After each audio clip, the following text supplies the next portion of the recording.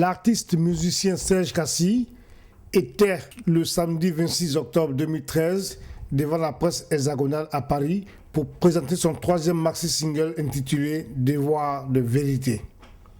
Il en a profité, en tout cas, pour régler ses comptes avec le gouvernement Ouattara, mais surtout avec Alpha Blondy, qu'il considère toujours, pourtant, comme son grand frère. Peut-on parler exclusivement musique avec l'artiste Serge Kassi sans virer sur le sujet politique? Pourquoi Devoir de vérité? Un tube dans lequel l'artiste prend fait et cause pour le président Laurent Gbagbo, détenu à la CPI.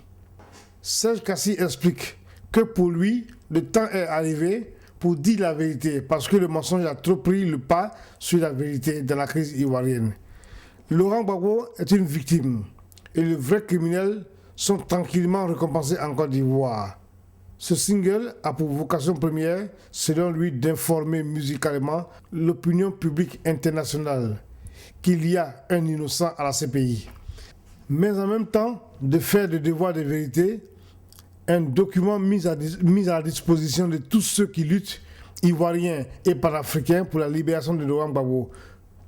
Opus d'une très belle facture technique comportant 3 titres.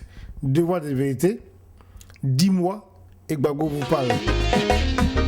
Allez leur dire que c'est faux. Allez leur dire que c'est faux. Allez leur dire que c'est faux. Allez leur dire que c'est faux. Aïe, aïe, aïe, aïe, aïe, aïe, aïe.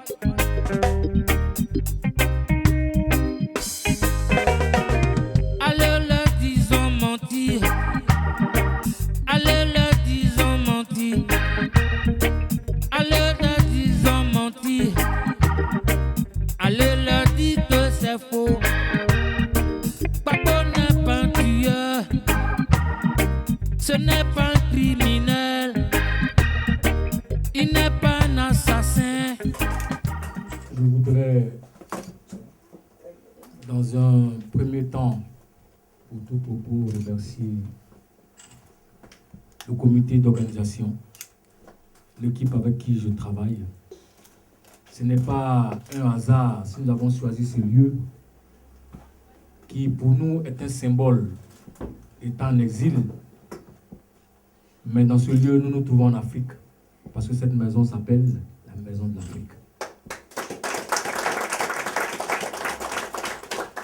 Donc nous avons voulu marquer ce symbole-là, parce que nous avons toujours voulu être la bouche, les yeux et les oreilles du peuple. Et c'est en cela que nous voulons dire merci à David de nous avoir donné cette salle. Je voudrais remercier toute la presse, vous qui avez fait le déplacement, pour nous permettre d'échanger avec vous, vous qui êtes vecteurs de l'information universelle, de nous aider à passer notre message qui, quelquefois, sont incompris dans le combat que nous menons. Donc votre présence ici nous fait plaisir parce que vous nous donnerez l'occasion de nous adresser au peuple, à tous ceux qui sont dans les 4 coins du monde. Devoir de vérité, c'est un maxi-single. Nous avons estimé que le temps est arrivé pour nous de pouvoir dire notre part de vérité.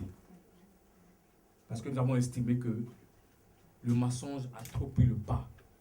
Et c'est ce que nous constatons dans le monde, que tout ce qui est mensonge prime par rapport à la vérité.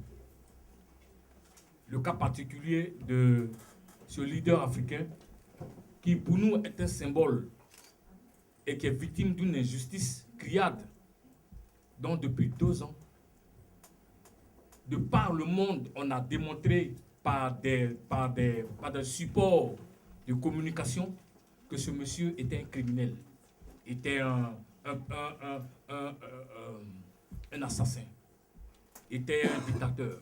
On a tout dit. Et puis, 2 ans après,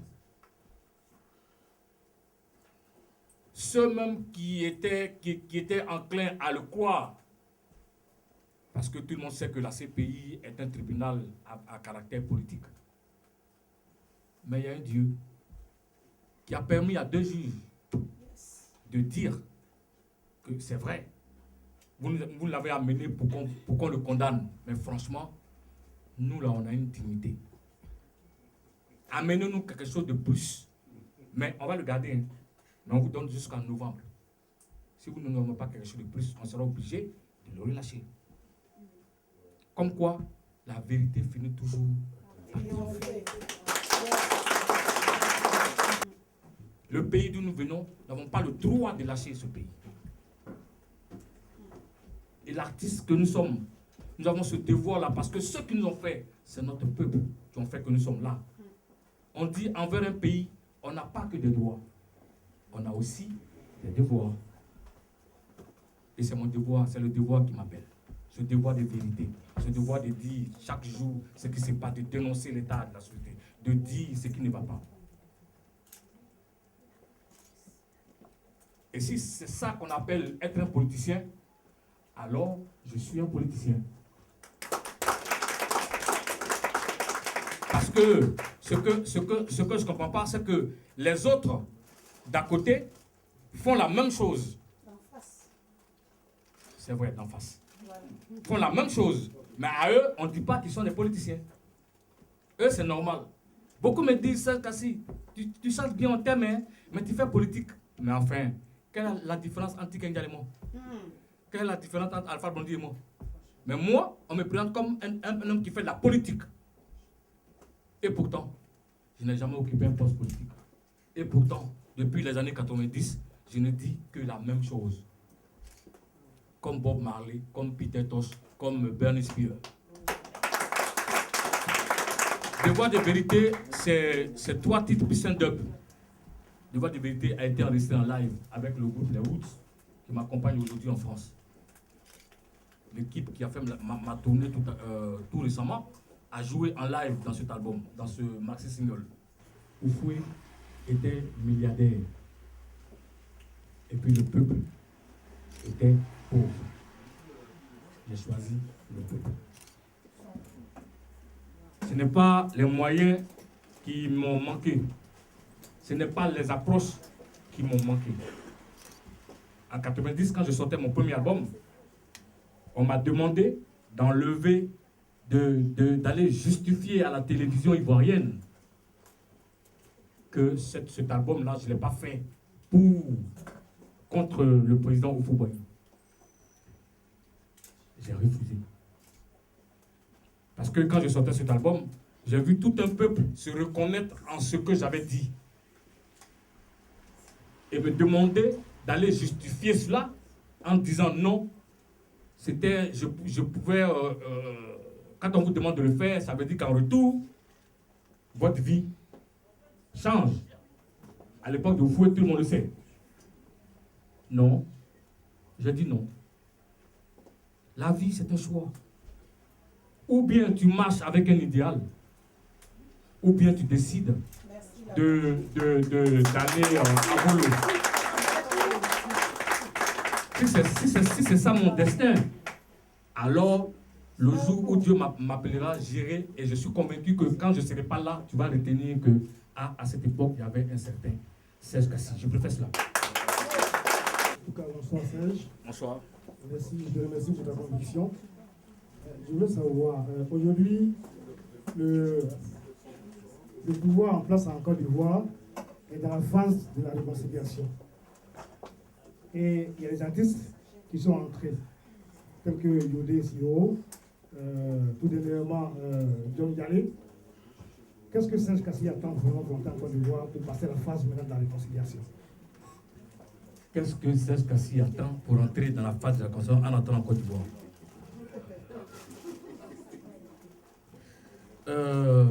Vous savez, j'ai du respect pour mes frères artistes qui étaient avec nous et qui, à un certain moment donné, ont estimé que leur sécurité était garantie et qui sont entrés. C'est un choix que je respecte. John Yale est rentré, j'ai respecté son choix, mais le ministre de la Culture, en son temps, parce que j'avais fait une lettre il n'y a pas longtemps, je sais que c'est pour ça que vous posez la question, j'avais fait une lettre m'adresser au ministre de la Culture ivoirienne, Bandama Maurice, parce que sur la scène de John Yale, il a dit que Gadi Seli et moi avions intérêt à faire comme John Yalé et de rentrer en Côte d'Ivoire parce que nous n'avons rien fait. J'ai été heureux d'entendre cela d'une voix autorisée, c'est-à-dire ministre du gouvernement Draman, dit que je n'ai rien fait. Moi, je suis heureux parce que je suis en exil en France.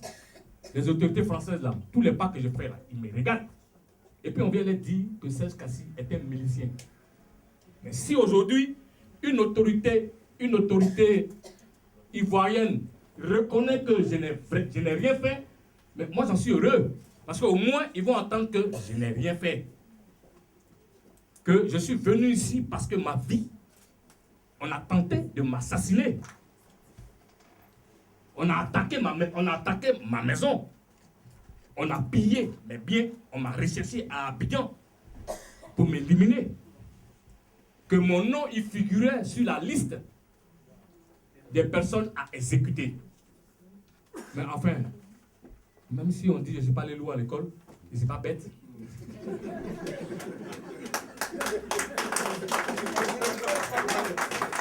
C'est pour ça que j'ai dit au ministre, je suis prêt à rentrer dans mon pays le jour où les conditions seront réunies. Parce que quand on me prend l'exemple de John Yalé, je respecte John Yalé, c'est un aîné.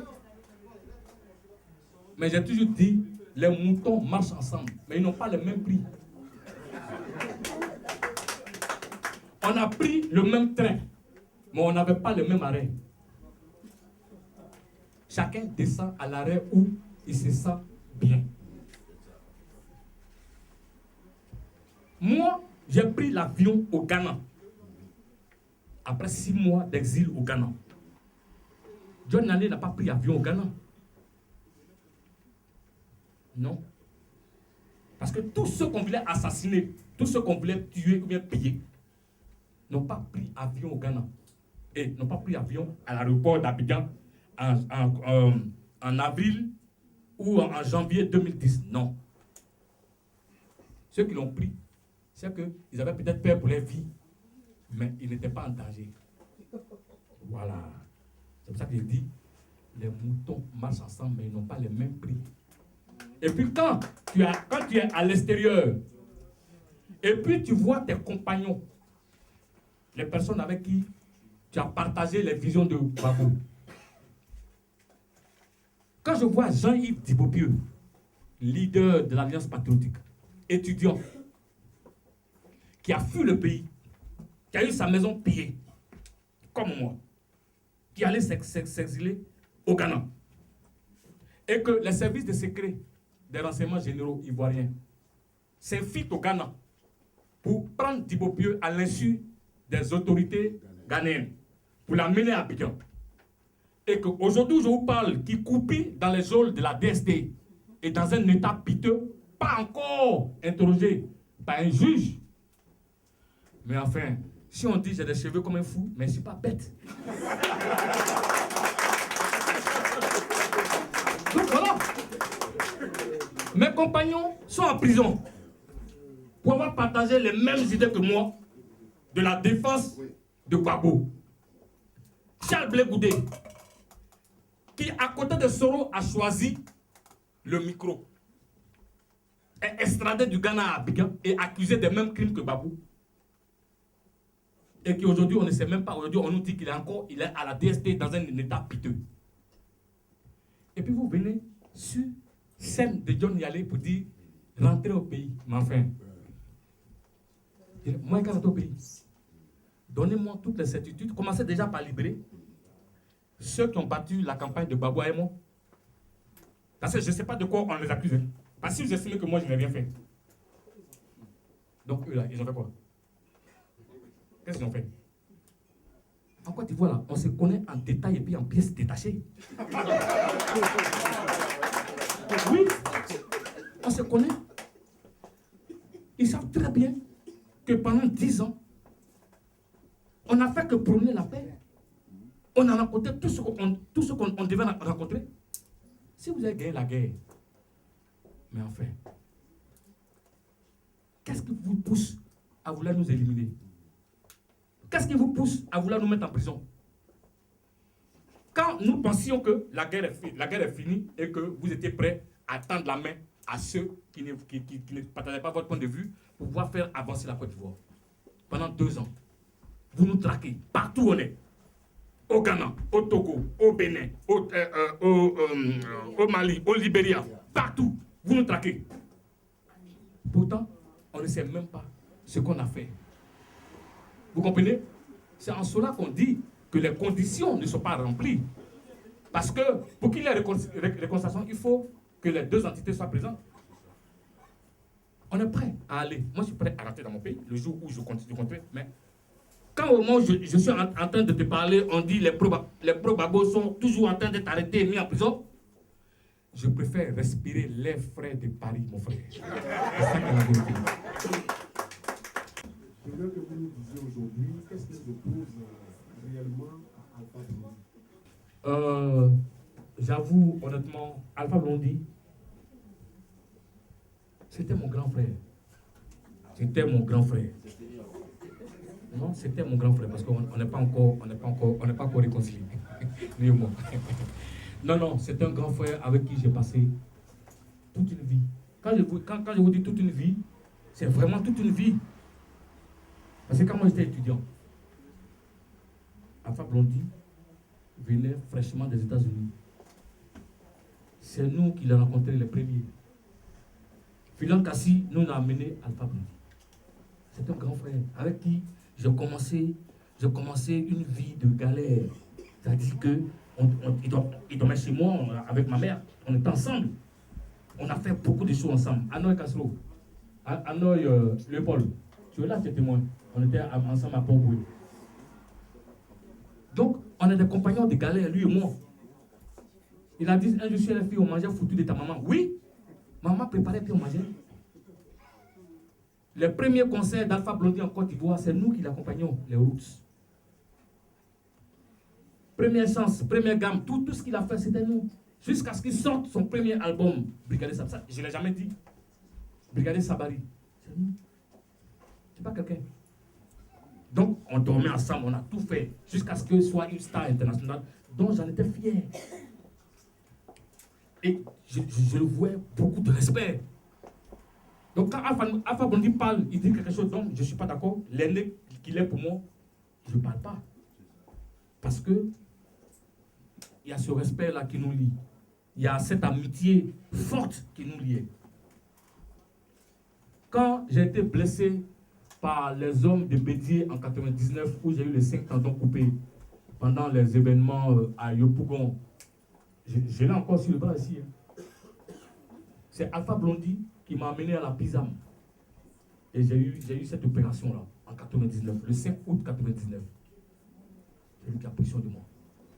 Pour l'amitié qui nous lie. Fraternité. Donc c'est mon grand frère. Quand j'étais au Ghana, quand la crise a éclaté, on a fait beaucoup de choses. Quand il avait son palabre avec le RDR, c'est avec nous, il était. Il a vécu avec nous. C'est-à-dire que toutes nos manifestations, Alpha Blondy était là. C'est avec lui qu'on a mené Soro à Gagnoa. C'est sur lui qu'on a fait les trucs de la paix quand la jeunesse voulait rentrer dans une guerre civile en Côte d'Ivoire. Et dont on est intervenu pour que la jeunesse de l'opposition et du parti au pouvoir puissent s'entendre. Alpha Blondy était là, Blé était là.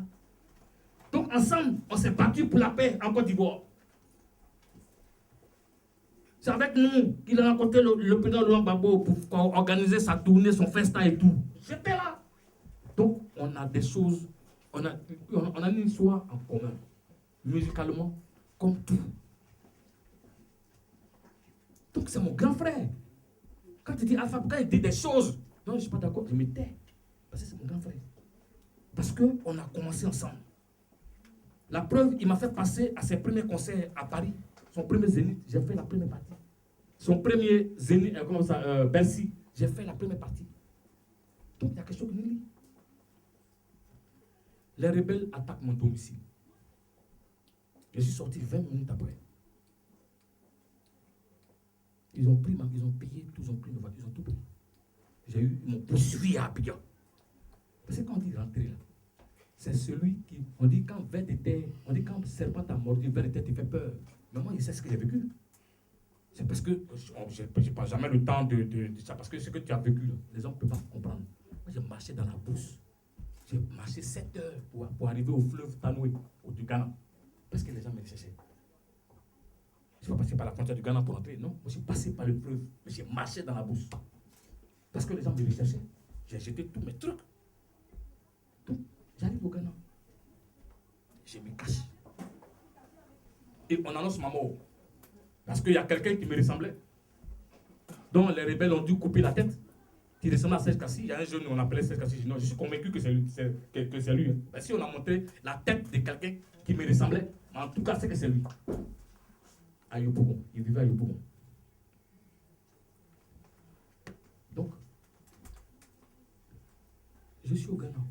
On a annoncé ma mort. Je fais tout pour essayer d'oublier ce traumatisme-là. Et puis, il y a quelqu'un qui m'appelle parce que j'avais appelé ici pour dire que j'étais vivant. Alpha Blondy m'appelle, tout en pleurs, parce qu'il est heureux de savoir que je suis vivant. Et il me dit, petit frère, reste dans ton coin, je vais voir ce que je peux faire. Je vais t'envoyer un peu d'argent pour que ne parle plus, reste dans ton coin. Ok, grand frère, il n'y a pas de problème. 1 mois, j'attends 1 mois, il n'y a pas de suite. Ok. Un soir, je suis couché. Mon ex m'appelle. Tu dis que Alpha Blondy, c'est ton grand frère là. Il faut écouter ce qu'il dit. Elle apparaît ici, et puis elle m'appelle, je suis au Ghana. Parce que moi, je n'ai pas l'info. J'ai dit, il a dit quoi?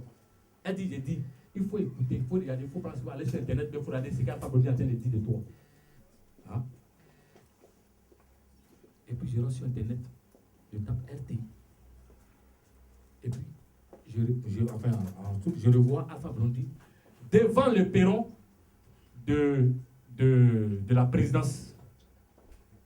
Il est rentré à Abidjan pour aller faire allégeance à Ouattara. Et devant le perron, il est venu rendre visite à Ouattara pour une tournée de la paix qu'il voulait organiser. Et les journalistes lui demandent. Il y a un journaliste qui demande, vous voulez faire une caravane de la paix. Votre petit frère, voici ce qu'il a dit, votre petit frère est en exil. Est-ce que vous l'avez rencontré? Pour quelqu'un avec qui j'ai 33 ans d'effrayant, d'amitié. Franchement, il dit, j'aurais appris que Sergent aurait distribué des armes à Port-Boué et comme j'habite en Gré, à Angré. Et que comme je veux faire une campagne avec des hommes propres, je lui ai demandé de faire un démenti, il n'a pas encore fait, et donc j'attends. Tu dis cela devant des dozos et des FSCI analphabètes, ils ne vont pas comprendre que tu as dit que c'est une rumeur. Ils ne vont pas comprendre que tu as dit que j'aurais. Ils vont comprendre que tu as dit que j'ai distribué armes. Et comme ça vient de ta bouche, Alpha Blondy, tu viens de formaliser une rumeur. Et pourtant, une semaine avant, il m'avait appelé pour me dire, ah, j'ai appris ça. J'ai dit, Alpha Blondy, tu me connais, tu as fait 33 mois.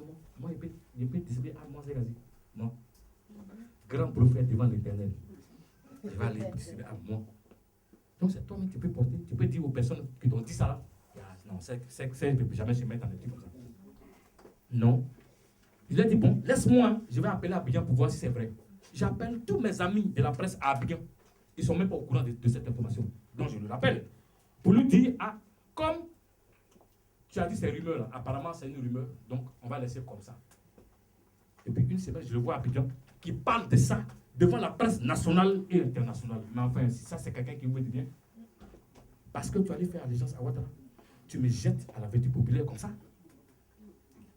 Et puis tu veux que moi, demain, je sois d'accord avec toi parce que tu as viré à 200 degrés du côté de Ouattara et tu veux m'emporter avec toi? Jamais.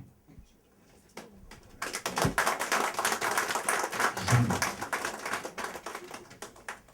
C'est-à-dire que tu viens de formaliser une rumeur pour amener les gens à m'exécuter. Et c'est pour ça que je me suis fâché. Bon, comme c'était devant la presse, j'ai fait un droit de réponse pour demander à l'ONU, à l'ONUCI, à tout le si quelque chose m'arrivait, c'est Alpha Condé. Parce que moi, je n'ai pas agi comme ça vis-à-vis de lui. Je n'aurais jamais agi comme ça. Parce que je parle de la période où il y avait la tension à Abidjan. J'étais au Ghana. Heureusement que j'ai quitté. Parce qu'on a pris Thibaut Pieux au Ghana. Sans que les autorités ghanéennes le sachent. Puisque Ahmed Bakayoko a mené tous les policiers en Séville, là, au Ghana, contre nous. Donc ça veut dire que le monsieur là, avec qui j'ai passé 33 ans de vie, avec lui, des frayas, il vient de me livrer devant le perron de la présidence aux rebelles. C'est pourquoi je l'en veux terriblement. Merci. Ephraim, tu me demandes, moi, mon plan de carrière. D'accord, bien compris. Au plan de carrière, je pense que je discute avec toi. Je discute aussi avec un certain nombre de personnes. Je voudrais qu'on salue Rachel Lopez. Rachel, bien, qui vit à Chaume et qui travaille avec Serge, qui manage Serge Kassi, qui est à Saint-Étienne. Elle est arrivée ce matin. Merci d'être venu. S'il y a des artistes qui disent qu'eux, ils ne font pas politique, alors qu'ils étaient prêts à chanter Nelson Mandela, ils ont fait des albums, ils ont chanté Nelson Mandela. Comme Nelson Mandela, ce n'est pas politique, ce n'est pas grave. Si aujourd'hui, ils se disent qu'eux, ils ne font pas politique, mais c'est bien, c'est un choix. Mais de grâce, il y a des gens qui n'ont pas fait ce choix-là. Et ce choix-là, il faut le respecter, parce que c'est aussi ça, avoir un idéal dans la vie. Et dans cette vie-là, il y a des artistes qui ont décidé d'être des artistes engagés, dont on veut présenter comme des politiciens.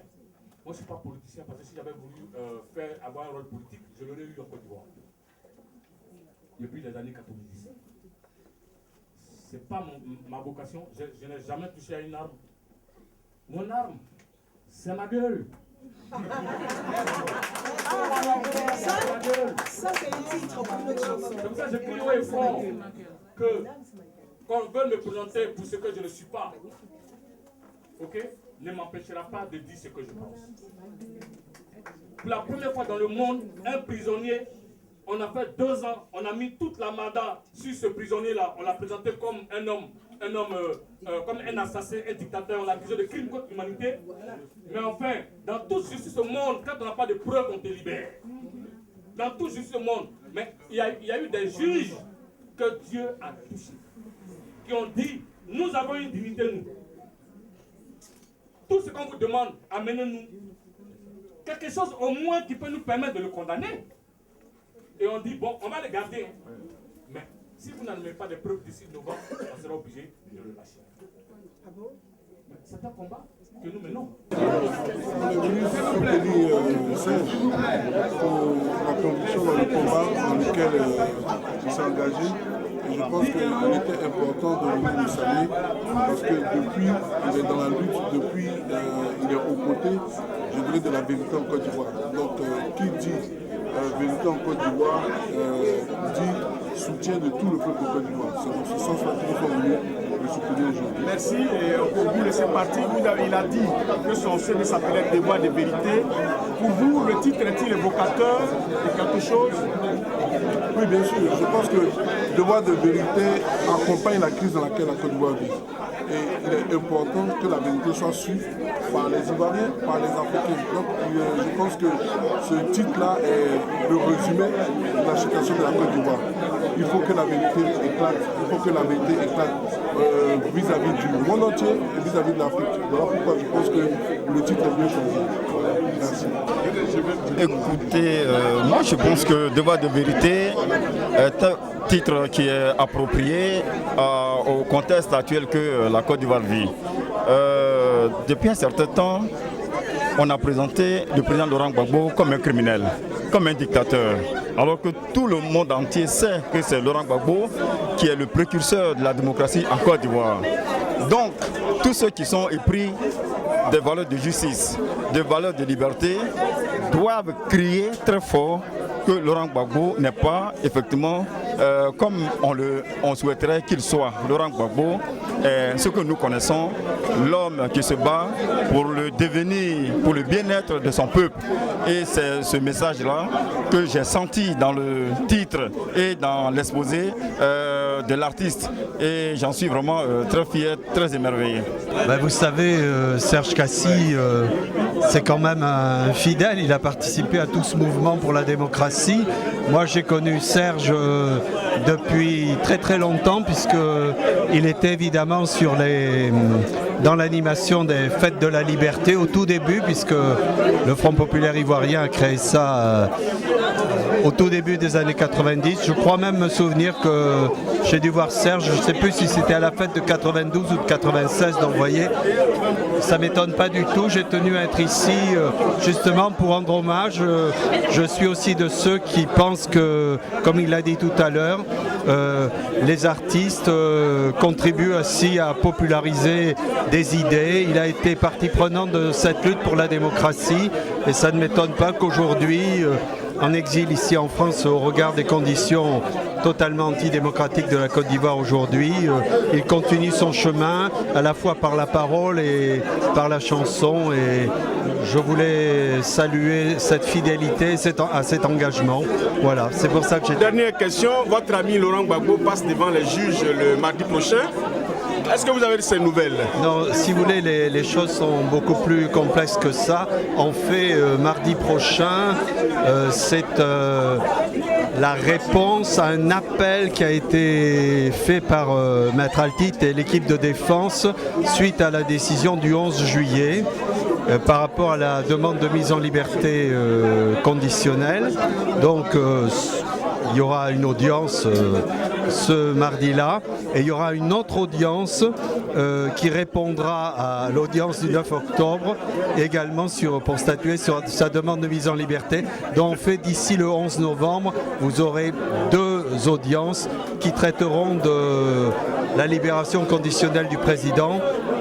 Je le répète, on peut toujours s'attendre à de grosses surprises, mais j'ai toujours été de ceux qui disaient que la CPI, étant l'émanation du Conseil de sécurité de l'ONU, elle était une juridiction assez exceptionnelle, et s'il ne tenait qu'à la situation du droit, ça fait longtemps que Laurent Gbagbo aurait dû être libéré, puisque le 3 juin, la Cour, après 19 mois d'instruction, a reconnu qu'elle n'avait pas de preuves suffisantes pour confirmer les charges qui étaient retenues contre le président.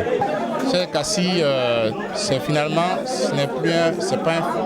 un ami, c'est un frère. On s'est connus à l'école en classe de 4e, depuis la classe de 4e. Et on a été voisins, camarades de classe. On s'est retrouvés jusqu'en terminale et on s'est séparés qu'après le bac. Ben, écoute, moi rien ne m'étonne parce que l'interview que Serge a donnée est juste parce qu'on a été les premiers musiciens qui avons accompagné Alpha Blondy quand il est arrivé des États-Unis. Et on était le premier groupe reggae en Côte d'Ivoire. Il s'appelait les Roots. D'abord, avant les Roots, c'était les Reggae Roots. Et en dehors de ça, voilà, on a progressé.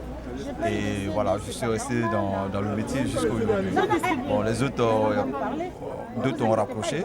Et moi, je continue jusqu'à aujourd'hui. Alors, qu'est-ce que Sam Takendu devient? Je suis musicien international. Je voyage beaucoup, je joue avec d'autres artistes.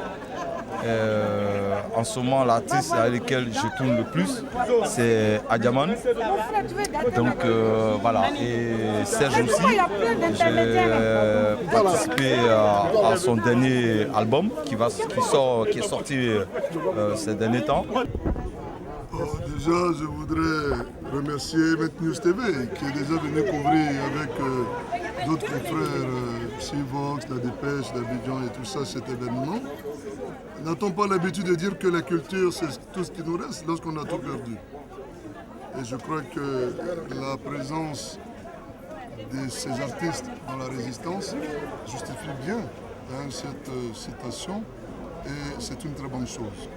Des voix de vérité, je pense que le titre est évocateur de la lutte que nous menons. Et aujourd'hui, la communauté internationale à travers elle, cette Cour des preuves insuffisantes, CPI, cette Cour pénale africaine a un devoir de vérité. Nous constatons aujourd'hui qu'elle est en train de pédaler dans la semoule et nous osons croire que ce titre du single de Serge Kassi trouvera bel et bien des réponses quant aux questions que nous nous posons au travers des marches et des sittings, au travers de toutes ces conférences que nous faisons dans le monde entier depuis maintenant bientôt 3 ans.